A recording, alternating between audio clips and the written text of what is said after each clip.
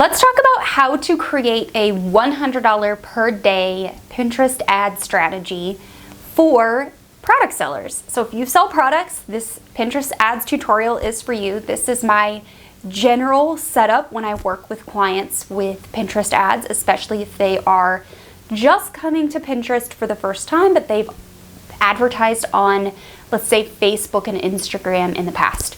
So without further ado, I have 3 campaign setups for you today. This is going to go along with my top, middle, and bottom of funnel, full funnel Pinterest ad video that's here on this channel that you might have seen previously. I have already done quite a bit of legwork prior to filming the screen share, including finding keywords I want to put inside of my campaign, making my campaign imagery, and getting it put on Pinterest.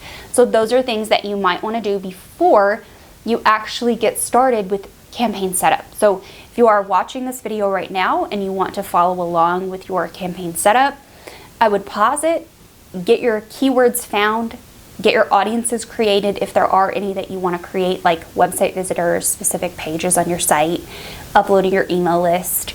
Go ahead and create your Pinterest ad images. This video is not going to talk you through creating Pinterest ad images. This is just purely the campaign strategy and setup. So without further ado, that's what you need. Check them off. I will see you in the tutorial. A funnel conversion campaign. So this is if you are running physical product ads, that $100 a day budget. We're going to start with a manual campaign setup.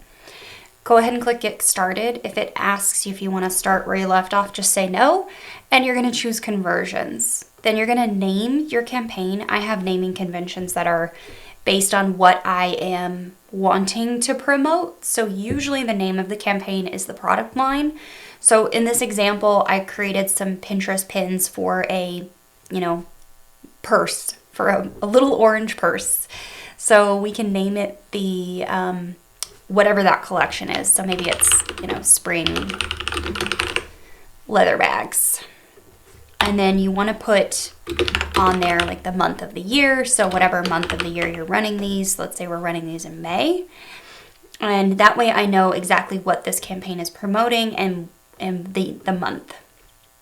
You're going to run it as active, and I like to run a daily budget. So if you're doing the $100 a day budget, I'm going to start with $50 a day in our top of funnel. This is considered my top of funnel. Actually, this would probably be more of my middle of funnel, but I want to put more money behind the interests that I'm trying to target. And the reason being is because people browsing those interests have already shown an interest and a liking to the products that they're finding there. So therefore, they're going to be likely to engage and be interested in the product I'm selling. So we're matching interests to user intent, or user interest in this case.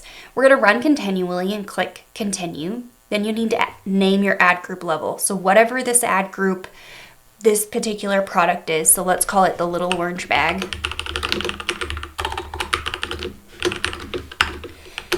I'm going to also put demographics that I'm going to choose. So women and unspecified. I'm not targeting men in this case because it's a little orange bag. It's a little purse. I'm really just targeting people who want to carry that. And on Pinterest, any non-binary folk or women are going to be in those 2 categories. They're probably not going to be identifying as men. So women and unspecified, your age range that you want to target. This is what I would do. This is not necessarily what you have to do. And then whatever your location is. So I like to do United States, so we're going to do United States. Now, you are then to choose your targeting strategy. I would just suggest going with the choose your own. That way you can set this all up on your own. Now we're going to use we're not going to use an existing template because we've never created one. We are going to use a new setup. So if you wanted to set this up and actually create a template out of it, you could do that. So go ahead and open targeting details, and we're going to skip over audience lists because we don't have a list in this case that we want to do. We are, however, going to briefly talk about expanded targeting. So expanded targeting, it tells you right here, you've selected expanded targeting. This allows your ad to be shown to additional users outside your contextual targeting criteria when it's likely to improve performance. So For example, we have selected handbags in women's fashion. If someone is also browsing in jewelry, then your ad may be likely to be shown to them because they are also probably interested in handbags because they're interested in jewelry. So that's essentially what expanded targeting is. You can turn that on, you can turn it off, whatever you choose. I usually leave it as default on. Now we're going to find our interests. So you can start off by searching whatever your interest is. So if you know you want to, if you're selling a handbag and you want to target women's fashion, I would not suggest actually targeting an all interest situation here. Because if you target all interests, and I've explained this in previous videos, what's going to happen is you're not going to know which one of the level 2, 3, 4, 5 interests actually contributed to conversions, and it's going to be hard for you to actually optimize your campaign. So instead of targeting all of women's fashion, you're going to target the interests within the area that you actually want to target. So you're going to get a little bit more defined here. So if we know that we want to target bags and accessories and women's bags by material, so if it's a leather bag, we can go ahead and do leather, and it's going to show up in the interest section as leather and bag accessories. I'll show you this in a bit. And then we're going to go through and we're going to find whatever other sections here, interest fit this profile. So go through and choose all of the appropriate interests for you. I'm going to go ahead and just grab these. Okay, that looks good. And it says we have about 80 million people. Now what I'm going to do is go to add keywords. I've already found a bunch of keywords that I actually want to use. I did that prior to starting filming this video. And it says you've indicated a broad match type for keyword selection. This may expand the size of eligible users that can see your ad, resulting in larger potential audience size. We want that. We want to start with broad keywords because one of our optimization techniques later is to add phrase and exact match keywords as a optimizer. So we have our keywords, we have our interests, so our general targeting is set up. Now we have to move into those demographics. Remember, we have women unspecified 25 to 55 in the United States. So those are the demographics we're going to actually select. So we're going to remove men. We're going to pick our specific ages. So I'm going to go ahead and remove, it's 25 to 55. I'm going to go ahead and leave 55 to 64, and I'm going to remove 65 plus. And then all US locations, if you are watching this and you are in another country, your country is going to be default here. So you are going to need to go pick specific locations and choose the locations you want your ads to show. Languages are going to be all, devices are going to be all. You're not going to change any other demographics because that's really going to narrow you down. And then you are going to go into your adding of your all the little bits and bobs that are going to go to the final part of your campaign. So you're not going to change anything in your placement and tracking. You are going to optimize for checkouts initially. You should only have 2 options here, checkouts and add to carts. If you do not have enough conversions, 100 conversions in 7 days, then you might opt for an add to cart conversion event and then switch that to conversions once you reach that threshold. Basically, you want to select the conversion event that you want Pinterest to optimize for, but if you don't have enough conversion events for Pinterest to optimize for your chosen event, you're going to need to go with add to carts. So in this case, if you don't have enough checkouts, go with add to carts.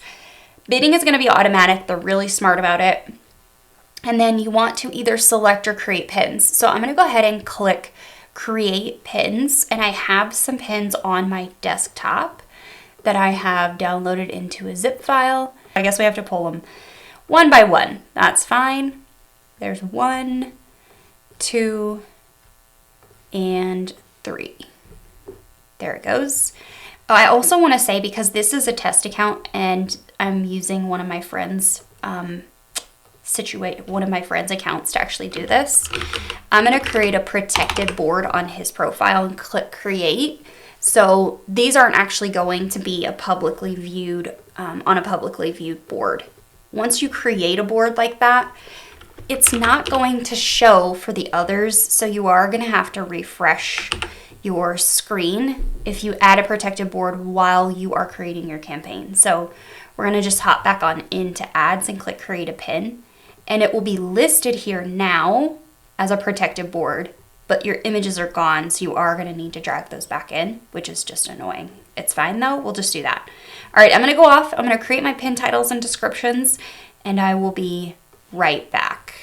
Okay, so I'm back now with the URLs that we are gonna, the descriptions. I'm gonna place the URLs. One thing to note with when you place URLs is you wanna place just the organic URL that you don't actually want ad tracking on if you are publishing this publicly, organically on the front end of your profile. If you are running this as an ad pin only, for example, or you're putting it in a protected board or anything like that, then you can just go ahead and place your URL with any tracking details that you want included. So in this case, if you wanted to create a tracking URL for this particular product, then you can go to the Google UTM code builder, and it's called a campaign builder. And then you can create whatever URL that you want to on here.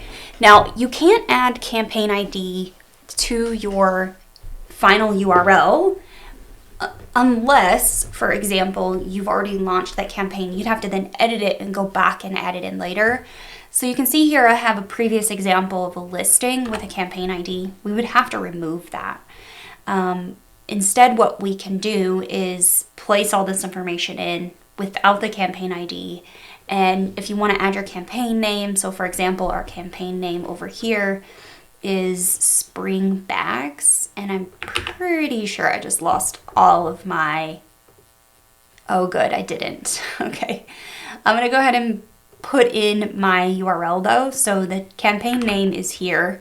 You can see that's gonna be built in. That's then gonna be found in your Google Analytics 4, and you're gonna copy that and you're gonna place that URL into your destination link. Okay, then you're gonna click Publish All. And in this case, it's gonna go ahead and publish all of these pins. Now, if you've watched any previous ad videos on my channel, you're not gonna see some of these new changes. So for example, if you wanted to save this as a template, this particular interest setup with these demographics and placement, you can do that. So let's just do that. Save that as a template, and then you'll be able to add, use an existing template and bypass a lot of this setup in the future. So it is still publishing these pins. Bear with me. I'll be right back to talk about some of the options you're going to see here. Okay, so it's not allowing me to publish my pins. So instead, I'm just going to go in and choose a couple images that were previously created in this ad account, and I'm going to add those. I have to get it to get the errors off. So sometimes you have to go back out and come back in. And now it's publishing the pin again, but these pins are already published. So if you run into this issue, just know that these little glitches can happen. And these now loaded, so we have to remove those. And it says this ad now uses direct links. So there used to be a toggle right here, and some of you might still have the toggle where it says direct links or no. Now, another new feature is calls to action. So we have our URL and we have calls to action here. So you want to go through and find the call to action that's actually the most appropriate for your campaign. So I'm just going to come through and click the same call to action on all of them. If you want to change them up, you can. But I really want to be very diligent about the targeting that I'm using here, and I want to know which targeting is working the best. And it's going to be hard to know if the targeting or the calls to action are working if they're different. Same with, like, you can see the images. You won't know which images are working the best if you're using different images and different calls to action. So try to keep the A/B testing to a minimum inside of each ad group. Now that we have this launched, I'm not going to launch this out in like as a published campaign because I don't want my friend's card to get charged. So I'm going to come back over just temporarily and launch this out in paused. I recommend you launching yours out in active, but again, I don't want my friend's credit card to get charged here. He's being gracious enough allowing me to use his Pinterest account as a testing ground. So we're going to publish these once they're all done. And now this is campaign number 1. Campaign number 2 is going to be, campaign number 2 and 3 are actually going to take less than 5 minutes each. So you're going to go back to create campaign, manual campaign. You're going to choose a catalog. You're going to name it.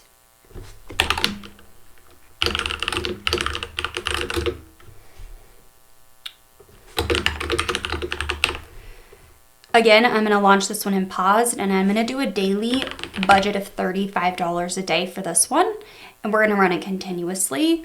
And then you're going to choose whichever product collection that you're actually promoting here. So this one is the leather handbags collection. Let's just pretend that Best Deals is the leather handbag collection. This one also uses direct links. And if you want a specific image here, you do need to upload a hero image. So let's actually see if it'll let me put a hero in.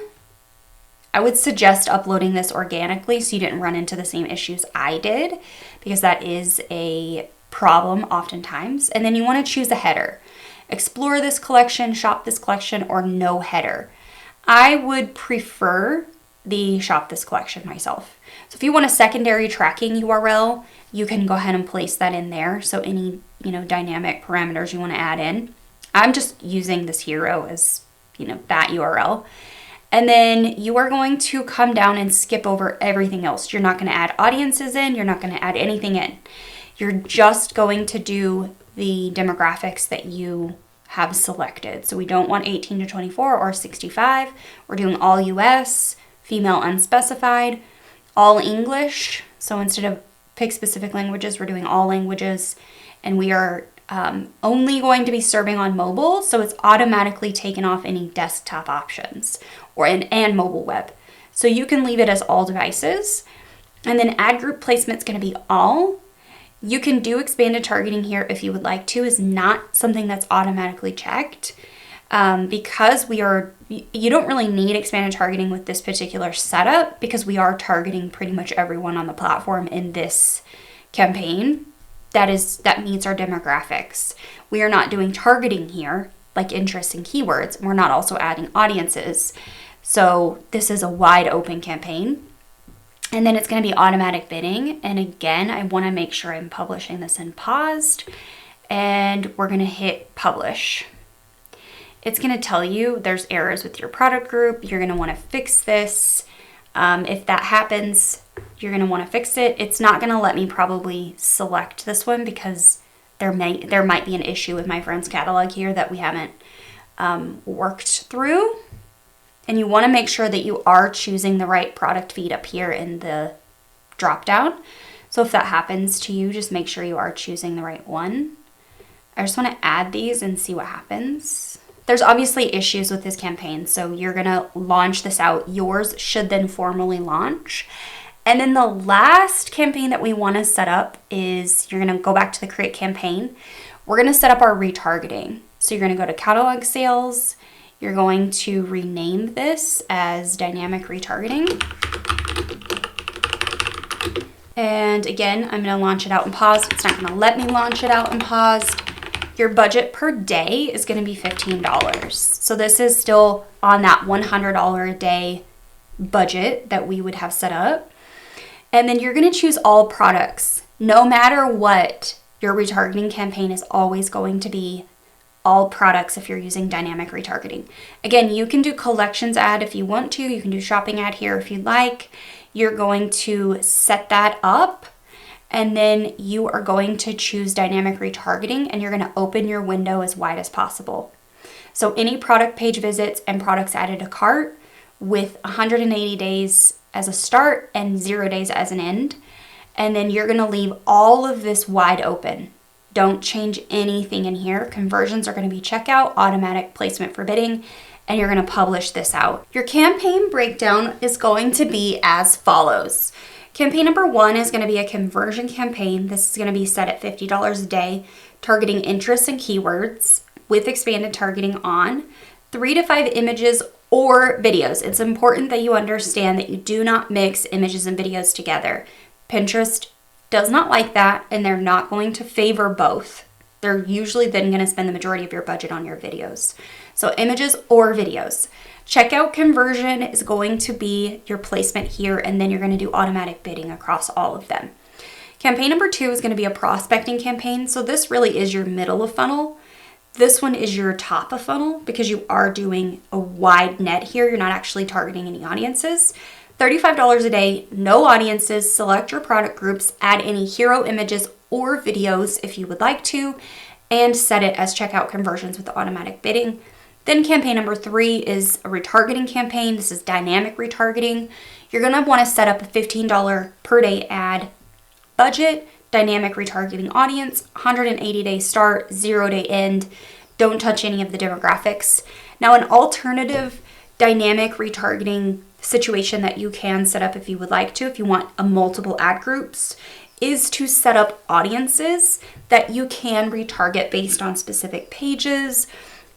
So let's say, for example, in one of your top of funnel campaigns, you're sending people to a collection page instead of a product listing.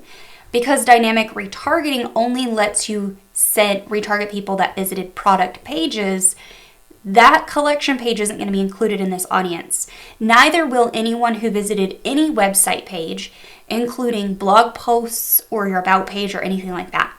So if you do want to set up another ad group in your dynamic retargeting campaign, I would set those audiences up in the audiences manager as custom audiences, and then you can set the same campaign up here, the same ad group, and add those audiences in. They would be listed here. That in this case, you would have 2 retargeting ad groups instead of just 1. Okay, everything else in this setup would be the same. You would not do expanded targeting. Your conversions would be checkouts, automatic bidding. Everything else would be the same that you would do in the dynamic retargeting. The secondary retargeting campaign would just be based on audiences. So you could do email list, you could do all website pages, so all website visitors for a certain time frame. You could do specific blog posts or landing pages or collection pages, whatever you wanted to do. I would definitely do all website visitors at a minimum, and then that would cover your entire website. Then you could also add an email list in here. So anyone who is on your email list that you also want to retarget. Then you have 2 ad groups in your catalog retargeting campaign. Okay, and that's it. If you want to learn more about running your own Pinterest ads, then you have 2 options. Number 1 is to watch these videos right here, and number 2 is to join us inside of Pinproft Academy and watch my ads course. It's included in your $37 per month subscription, and I hope to see you inside.